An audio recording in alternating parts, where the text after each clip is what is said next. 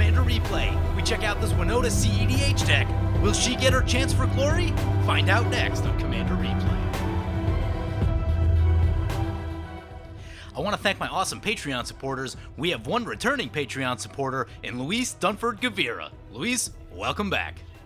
If you want to help support the channel and vote on which decks I play next, feel free to check out my Patreon at the link below. And be sure to use the TCG affiliate player link if you're buying Ikoria and Commander 2020 cards, as it helps support the channel and it doesn't cost you anything. And finally, if you want to sign up to play paper webcam games with me for the cost of $10, please check the Eventbrite link in the description below. Welcome back, everyone. Playing some Winota Joiner of Forces today, and we got ourselves a Cedh game going. Oh my. Kiki-Jiki's in our opener? That's interesting. Yeah, this looks keepable. Go ahead and keep that. It's not the fastest thing I've ever seen, but at least for Cedh standards. But it seems okay. Take a look at what Winota does. 2 red-white for a 4/4. Whenever a non-human creature you control attacks, look at the top 6 cards of your library. You may put a human creature card from among them onto the battlefield. Tapped and attacking, it gains indestructible until end of turn.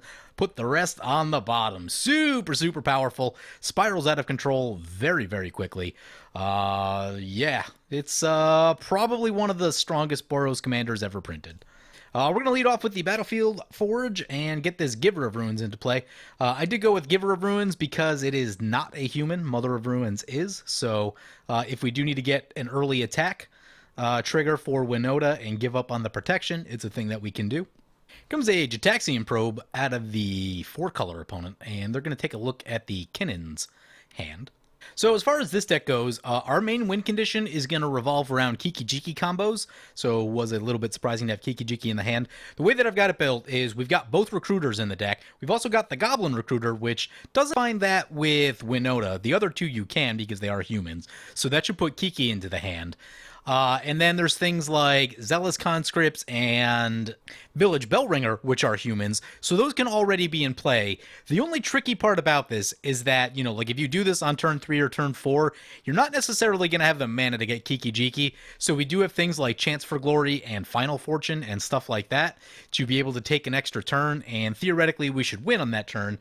Now as a backup plan, we also have Jeru in the deck, who can find 3-mana Gideon, who can get us an emblem, which keeps us from dying from these Chance of Glory triggers, and also keeps us dying from Thassa's Oracle, which seems pretty good. Opponent having themselves a turn over there. Island, Soul Ring, Chrome Mox, imprinting on Muddle the Mixture, and Insight. Whenever opponent casts a green spell, you draw a card. Well, not a ton of green at the table, only 1 green opponent.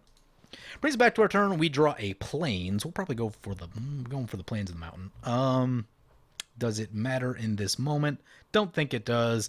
Let's get the Mountain. Now, one thing I didn't think about just now is that if someone wheels and Kiki-Jiki goes to our graveyard, don't have a great backup plan for that. Well, I guess we could still go on, like, Chance for Glory type stuff and just hope to get there with damage. But we don't have, like, tons and tons of 6-drops, all the humans that produce non-human tokens. We don't have those in this deck because we need to be fast, we need to be low to the ground, and you don't want to be caught with a bunch of, like, medium impact 6-drops that you're not really planning to hardcast with this deck. So, yeah, this is really made for, like, a super fast CDH, near CDH type setting. The deck still does need a bunch of work. It's got to be tuned up a bunch. I've played it a couple times. I did get a turn 5 win in one game. There was no interaction on me, so that made it pretty easy. But yeah, I think it's got a great opportunity to be able to compete at CDH. It will take a lot of tuning. I don't know what the best win condition is yet. There's also things you can do with, like, lockouts and Possibility Storm, get Rule of Law into play, make it so opponents can't cast things where... So with, like, Rule of Law and Possibility Storm, you can't cast things from your hand. In our case, we could still cast Winota from the command zone, and then, as long as we have a non-human, we can attack and get our creatures directly into play without casting them. Well, here comes a Carpet of Flowers, so... the blue opponent going to benefit from the green opponent, the green opponent going to benefit from the blue opponent. Sort of annoying. Another thing I haven't done yet, I should probably sit down with, like, a hypergeometric calculator or something and calculate out exactly what the right number of, like, humans and non-humans to put in the deck is, because you want to minimize your whiffs. Right now, I think we've got 27 creatures plus a couple things like Dragon Fodder. We've got 2 of those that aren't creatures but make creatures, so we'll call it a virtual 29. Preordained for opponent. One of the questions, too, is do you go for an all-in fast as possible type of strategy with this deck, or do you try to play more of a reactive game, almost sort of like Blood Pod, where you're gonna try to lay down a bunch of hate bears? Hate bears actually pretty solid. Some of them are humans, some of them aren't, but they're all very cheap, so easy to get into play, and either you find them with Winota or they trigger your Winota. So that was an option I did explore as well. You are prone a little bit to the having the right hate bear at the time that you need it. In one game, I did manage to get like a turn 2 Dranith Magistrate against the Kinnan, who then couldn't do anything, because the entire deck revolves around having Kinnan. Preordain on the stack, by the way. I didn't see who cast it. That was from the Kinnan opponent. Take a quick look at what opponents are playing. First up, we've got Kraum and Tymna. Is this the Reckless Fireweaver deck? Is this like a Niv Mizzet Curiosity? Is this Curiosity Control? Is that the deck? I'm not super up on all the nicknames of all the CDH opponents, but I am guessing that is probably Curiosity Control. Next up, we've got Kinnan, Bonder Prodigy. I've seen this one a few times. It's very strong. It basically just abuses mana, and it will cast its deck and do ridiculous things. So, yeah, goes infinite with the monoliths. Ooh, that's a Mox Opal for us. Does that Mox Opal matter? 4 open blue mana against opponent. Let's see. I mean, I say we try Winona. I don't know if this is going to resolve or not. See how the blue player feels about it. They got 4 cards in hand. If they only have 1 counter spell, do they use it on us? They do not. They do not. Go to combat. We'll send this into the Kinnan opponent. I've lost to Kinnan a few times now. It's a pretty ridiculous deck. Get a Winona trigger. Hope we don't whiff. It's a Mentor of the Meek. It's totally fine. Send that into the Kinnan as well. Opponent's going to Factor Fiction. Sure. Kind of a weird time to do it, though. Oh, God. Is it on us? It's on us. Do they need more mana rot? What do they need? So here's removal. That's a pretty big hit. That's probably about as good as a Factor Fiction can go, I feel like. I feel like that's the way. I don't know. That's such a good 5 that I don't know if there's a better way around it. They ditched the land, ditched the Preordain. This is a Mox Opal. For a second, I was thinking it was one of the discard a card ones. It is not, so we'll just go ahead and play that in case of any wheels or anything like that. Don't have Metalcraft yet. That might be a thing to work out also. Do have some question marks about whether Mentor of the Meek is good enough. The fact that you have to pay to draw makes it not the best. Especially in like a super fast setting like this. If you're playing a normal game of Commander, you have 6, 7, 8, 9 turns to, do your thing, then sure, you can probably generate enough mana to make Mentor of the Meek useful, but in this we're trying to win as fast as possible situation, maybe not. Where it will be good is when you have a lot of blue at the table and everyone just counters each other's combos. If you can get this in and get a few, that's when the game will slow down a bit and you will have time to actually get some draw going. But until that happens, yeah, one of the things that I haven't figured out yet is like how to abuse mana in this deck. There needs to be a human that's like Neheb, essentially, where you do damage and gain more mana, and that's what would really put this deck over the top. Opponent's going to Enlighten Tutor, grabs a Chrome Mox, so trying to get the ramp going. They do that at the end step. Here comes the Chrome Mox. Puts a Demonic Consultation under it. That's interesting. Not going on the consultation plan? Casts a Dark Confidant. Yeah, there's a lot of things that I want to do in this deck, a lot of things I want to get in, but deck slots run so tight. One of the things I was thinking about is that you can potentially end up in this awkward place where you have a Kiki and something to go infinite with in your second main phase where you can't attack with them. So we do have Goblin Bombardment in the deck. Ideally getting Impact Tremors in here also for that situation would be good. Thought about Altar of the Brood, but Altar of the Brood tends to not be as good in CDH because of what's the 7 mana take a turn spell that shuffles back? I always forget the name of it. That thing. Basically, if that's the only card in their library, they'll take infinite turns, and it's kind of a problem. So Mill not always the best, because I've been playing Gerard for a while, and I do see that when I have the infinite with Altar of Dementia, it causes problems more so than just having Impact Tremors, Goblin Bombardment, something like that. But that does remind me that I probably need to get something into this deck to be able to recycle Kiki Jiki. Should that get discarded, because wheels do happen. Also, removal does happen. Need to figure out a way to do that. Opponent's gonna transmute with Muddle the Mixture. Opponent grabs a Sylvan Caryatid, interesting. Can't Darksteel mutate that one. Makes me sad. Here comes the Caryatid, and Nezahal will draw a card. Did I finish introducing our opponents? Talked about Kinnan a bit. Goes infinite with the monoliths. And then finally we've got Nezahal Primal Tide. This is going to be mono blue combo. I forget what the combo is, but I know I faced this opponent before. Just messing around in the CDHQs. It's going to have a lot of control. What is the combo? I mean, it's got to be some sort of like Thassa's Oracle, Lab Man type of thing. I'm not sure if they're going Enter the Infinite, if there's another way to get to it. Can't remember. Ideally, we can kill them before that happens. But also, we do want to be able to use them to... If they're drawing cards, they will be able to counter potential combos from other people, so that will be important. Here comes a Phyrexian Metamorph. What do you copy with that? Dark Confidant, maybe? Do you go for the mana out of the Caryatid? It just goes for a Soul Ring. Yeah, guess that makes sense. Oh, right, Dramatic Reversal. Dramatic Reversal is a real thing. Opponent's going to Dovin's Veto, the Isochron Scepter. There you go, that's what the win was. So that gets comboed. Combo number 1 down, and... Really, the trick to Boros CEDH is having multiple blue players at the table because they can counter each other's combos like that. It's when you have a lot of green opponents at the table when there's not going to be so many counters and they just go all in, try to go as fast as possible. That's hard to deal with. You need the blue players to slow them down. And it's sort of that game of having opponents stop each other while you kind of do your thing. That has long been the story for Boros CDH. Does it work all the time? No, it doesn't work all the time. But sometimes it does, and it feels really good when it does. And that's an Imperial Recruiter. Well, So what we could do, we could... Oh, we're 1 short. We need to get an artifact into play. So I think we attack first. Yeah. So Mox Opal isn't making mana yet, which is unfortunate. Otherwise, I'd probably cast... I would think about casting Kiki. But because it does not, still 1 blue mana up. Could be counter spells, could be free counters, could be Force of Will. So that, all that being the case, think we just go to combat, see what we hit. Maybe think about drawing a card. Swing into Kinnan with this, Kinnan with this. No. That into, we'll send that over there. Yeah, we'll send these 2 into the blue player. See what we hit. 1 trigger. It's a Thalia, that's a good one. Send that into the blue player. Unfortunately, we can't get the card draw with that one. Do we try going for the extra turn right here? Opponents go down to 29. We could get Hope of Ghirapur with this thing, which would turn on the Mox Opal. I don't know that that does that much for us. I don't feel like we need to go for it just yet, so I'm thinking the Relentless Assault. However, if removal happens, it's not going to be great. Only player that could have a Toxic Deluge is Chaotic Evil. They could also have Fire Covenant.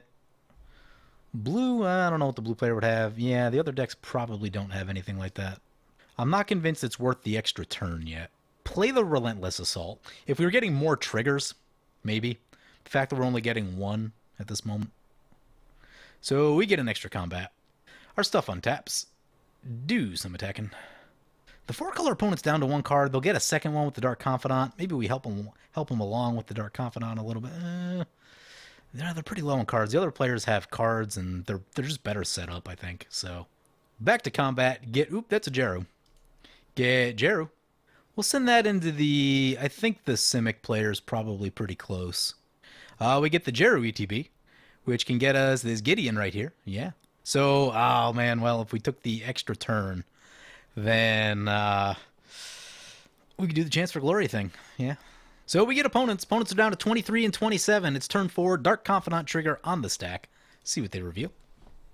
It's a land. Comes in tapped. Here comes a Tymna the Weaver into play. Yeah, it's fine with me. Dark Confidant back our way. Sure.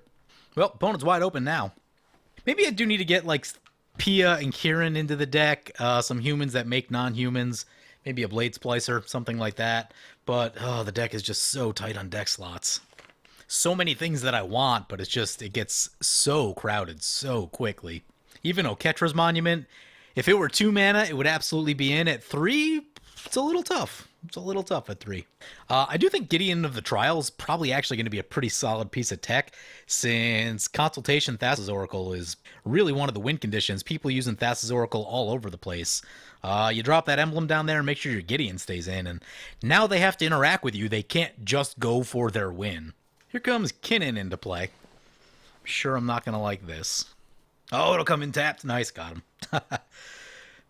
Thalia Heretic Cathar. Love it.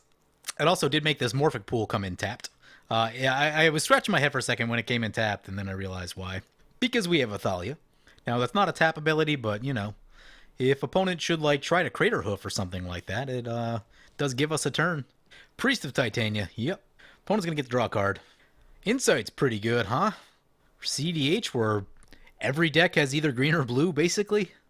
Mystical Tutor.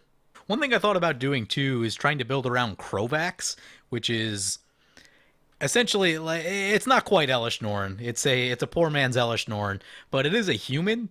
And if you build all white creatures into the deck, you know, if we hit that off the top, that would kill Dark Confidant. It would get rid of this Priest of Titania. It's going to be really good against the green decks. Opponent gets a Cyclonic Rift. That's not going to be good. 2-mana mode on Rift is probably good enough. Because if they do that, then... yeah, if they bounce Winota, then we only have this one non-human at the moment, so maybe a little bit of a weakness in the deck right there. Still trying to get everything worked out. Like I said, tons and tons of work to do on this deck, tons of playtesting needed. But I really do think that there is some combination of the stuff that's in the deck versus other available hate bears and other synergy pieces for Winota that is very, very good and very CDH viable. It's a matter of getting all those right pieces put together and, you know, figuring out exactly what you need. And more importantly, what you don't. Figuring out the cards you don't need is sometimes harder.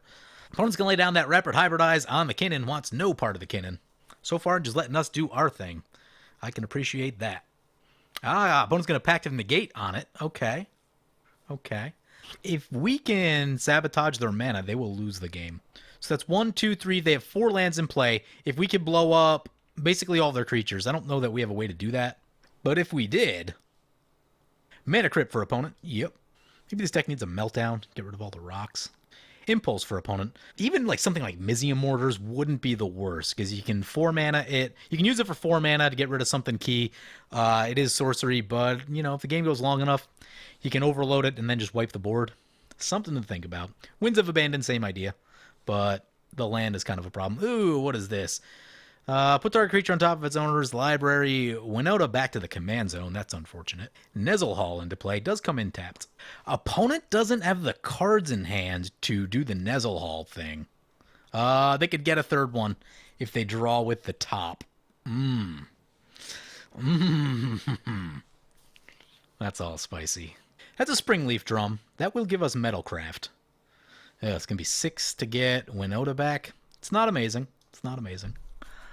What are we doing right here? Without Winota, Chance for Glory doesn't seem as good. Kinnan, I think, is less of a concern because they're going to have to pay all that mana to, if we kill the blue player, they're not going to be getting much off that Carpet of Flowers. Okay. Okay, that's all stuff. Let's go to combat, I think. Send Jeru, Thalia, Mentor of the Meek over to the blue player. It's funny that in CEH, this 4-3 with Vigilance is massive compared to the field, other than this Nezahal. I think I've also got the land count slightly too low in this deck right now. It's at like 30. Probably want at least 32. In case of a situation like this where Winota gets shot. Although with most of my Boros decks, I'm usually like 33, 34. It's usually where I like to be. When it goes down to 18... That was first strike. Okay, yeah, down to 18. So I think play this Springleaf Drum. Oh, that's going to trigger Nezahal. Crap. Now they're going to get to draw. Yep, alright, well, now they've got enough to do the thing with Nezahal. Let's play Chance for Glory. Yeah, draws again with Nezahal. Okay, that resolved. Try Darksteel Mutation on the Nezahal. Tap our Jeru. Yep, Nezahal triggers again. See if they do the exile thing. They're going to Swan Song it. Okay. We get a bird. We can't draw, though. We don't have any mana left. Unfortunate. Gotta be careful. If Gideon gets countered, it's a real big problem for us. That's an Enlightened Tutor. Interesting. Not enough to just be lethal on opponent. What if... no, we need to go for Gideon. If we attack, I think they'll react to it, because their life's going to be so low that they can just die to creatures on board. Okay. So, yeah. We need to just get them to, like, expend cards. Keep back the Giver. The 1 damage, not super relevant. The protection, much, much better at this point. Send in everything that way. They take the hit. Down to 7. Yep, I gotta try this Gideon. Hope this doesn't get countered. Opponent's gonna look with top. Need to hope for a whiff. Well, they're out of mana. It's gotta be a free counter. But, you know, they do run those. Those do happen. It resolved. Nice. Okay, we need to get an emblem. Then we play Recruiter of the Guard. Do need to tap our stuff. I think I'm going to tap the Giver. Give up on the protection right here. Mentor of the Meek will trigger. No mana for it, sadly. Yeah, that's what I'm saying. Like, the mana on Mentor of the Meek I think is going to be really tough. The game has to get slowed down pretty good. Oh, we could have got a Dockside Extortionist. Oh, no. That would have made so much mana. Do we go for the Kiki combo? Like, if we grab for one of the combo pieces, like, they're just going to instantly know what we're doing. So, we have 2 non-humans right now. Yeah, I think get Dockside. Because that'll give us so much mana, then we can do literally anything after the Dockside. Oh, I forgot about that. That may have won us the game. If we do that beforehand, we would get 1, 2, 3... 4, 5, 6, 7, 8, 9 mana. At which point we could cast Winota at that point. Cast Winota and Kiki. Yeah, forgot about the Dockside. Need some practice with the deck. There's our lose the game trigger. Uh-oh, opponent's got interaction. Oh, they're gonna Beast Within our Gideon. I think we're dead. Yeah, maybe the Final Fortune plan is not good enough, or maybe we need to not do it while Winota's not in play. Yep, down we go. I was thinking about trying to get Grand Abolisher at some point and, you know, trying to shut off the nonsense, but I don't know. Maybe we went for it too early. Like, maybe we weren't under the pressure. Now, Nezahal was starting to draw a lot, which is a problem. I can't decide which line is better. Trying to go, like, on the more Final Fortune plan, or trying to use Aura Touched Mage and Breath of Fury. The problem there is that if there's blockers, then that plan gets derailed pretty quickly. Opponent casts Kraum and just goes on the attack. Yeah, this will probably take out the... They taking out the blue player? No, they're leaving them. Oh, trying to get the Tymna triggers. Well, they go down to 3. Oh, they're going to be on a Mana Crypt flip. There's a Mana Crypt somewhere. Yep, the Mana Crypt flip right there. So, you know, 50-50 chance that they're going to lose it anyway. Here's a Pact of Negation trigger. Yeah, I don't know. Yeah, maybe the Final Fortune thing is a bit too cute for, you know, for a setting that has lots and lots of interaction. The good news is that we'll free up deck slots. I think there's, what, probably 5 deck slots? So we got 2 or 3 of the extra turn spells. 3 of those, I think. We've got Jeru and Gideon, although I might just keep Gideon because it's still just good against Thassa's Oracle. It does force opponents to have interaction, so it might be worth keeping, but that would at least free up 3 slots from the Final Fortune slots. There's a Cyclonic Rift. Oh, wow. That was an overloaded Rift. Somehow opponent had the mana to pay for the Pact and the overloaded Rift. Wow, Kinnan just straight abuses mana. Mana is non-existent to that deck. Opponent goes on the attack for 2. Well, the Rift keeps him alive. Had a 50-50 chance on dying to the Mana Crypt.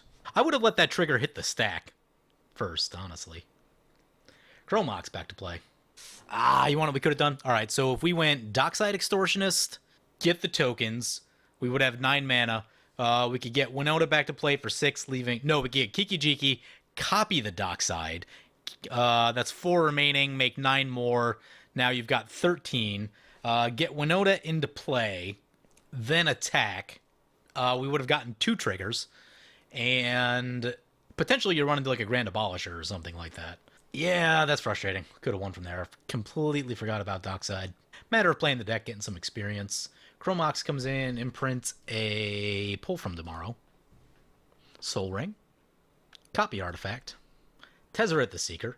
And the problem now is that opponent could just die to creatures on board. They need to get something back into play, but they do untap 2 Soul Rings. Got themselves, what? 6 mana, now 8 mana available, Mana Crypt in. And Mana Crypt is risky, they need to win it. Nezahal back to play. Kraum, opponent draws a card. Maybe we just jam a Treasure Nabber into the deck because, you know, the blue decks are always going to have a ton of mana rocks. That might be the way to overcome the mana hurdle, because right now this deck has mana hurdles. That's the thing that it needs to deal with, so. Kraum back to play. Kraum just takes down the blue opponent. Yeah. So now they have to survive the Kinnan. Mana Vault. Oh, that's going to make a lot of mana. So whenever they tap, they add 1 additional, so it'll make 4. I guess the question is, so if we cut the Final Fortunes and all that sort of stuff, do we just go on the Aura Touch Mage plan? Because that's only 2 cards. One's a human, so it's easy enough. And Aura Touch Mage can also find Splinter Twin, although it doesn't like help that much because the aura has to go on the Aura Touch Mage, which is not the best. Not the best, but Neo form for opponent. Sacrifices a creature. That's a Spell Seeker. That usually finds win conditions. Sylvan Tutor, uh-oh. Looking for something specific. That's a Seedborn Muse, now they're in trouble. Cast the Seedborn Muse. Opponents can activate Kinnan, yep. Looks at the top 5 cards, may put a non-human creature card into the battlefield. It's a Biomancer's Familiar. Yep, reduces that activated ability cost. Here comes a Soul Ring for opponent. That's an ad nauseum. Well, let's see how this goes. Kinnan's out of cards. That's a Wheel of Fortune. Oh, that finds him more cards. Sea of Clouds, Pyroclasm. Clasm helps, Mana Drain. Labman. Lands, Fire Covenant's a big one, although they're running low on life. Brainstorm. Steel Enchantment, Angel's Grace. Oh, there we go. Imperial Seal, Dockside. Opponent's got 23 cards in hand. Here comes the Pyroclasm. Yep, start there. That's going to get rid of some key targets. Kinnan, Spellseeker, and the Biomancer's Familiar. Opponent low on mana, though. Opponent's going to draw a card with the Waterlogged Grove. Curse Totem, nice. That'll win you a game. Doesn't attack with the Kraum, decides to leave it as a blocker just in case. If they untap next turn, they should be able to win with the combination of stuff in their hand. Well, maybe not just win. They got a Steel Enchantment. I wonder what that's for. They've got Imperial Seal, so they can... Okay, so they can Imperial Seal for a card, put it on top, and then use Kraum to draw it. Oh, no, it's whenever an opponent casts their second spell. Okay. Opponent does have to discard down to hand size. Opponent untaps their Mana Vault and passes, has nothing else going on. 4-color opponent has a perfectly sculpted 7. Goes to their upkeep. All right, so unfortunately, my internet crashed during that game, and I wasn't able to get back into the game because I was already eliminated from it, and it kept crashing and causing problems when I was trying to get back in. So we're not going to be able to see who won that game. I had my money on the 4-color opponent. They had a fresh 7. Kinnan was out of play. They didn't have the mana to recast it or really do much with Curse Totem down. So the 4-color opponent can just go in the air and beat with Kraum for a while. They also have a Tutor. They have Tymna in their command zone, so that's just a lot of tools. They had a lot of mana. So my money was definitely on them. But anyway, taking a look at this deck. So I talked about it a little bit. Yeah, maybe Final Fortune, Chance for Glory, and Last Chance is all going to be a little bit too cute. So let's get rid of those. You can see the rest of the deck. A lot of 1-drops, 2-drops. This is about as many 3-drops as I really want. I don't know that I want more than this, but there's so many things I'm trying to get into the deck. Mentor of the Meek definitely underperformed right there. I want to give it another chance. I'm going to need to look at it more. Maybe the Simian Spirit Guide can come out, but if there are a lot of 3-drops in the deck, then you need some way to get those down before turn 3. All right, so Final Fortune out. Last Chance out, and Chance for Glory out. Note that Chance for Glory is a protection spell. We still do have Selfless Spirit. It's not the best, but maybe like Legion's Landing. It does get you around Bounce and Toxic Deluge, and, you know, it does retrigger ETBs, which can be cool. But I think I want to get the Aura Touch Mage. Definitely also want Breath of Fury. Leaves us with 1 additional slot. Talked about Goblin Recruiter. There's so many, Treasure Nabber. There's so many things we could put in this slot.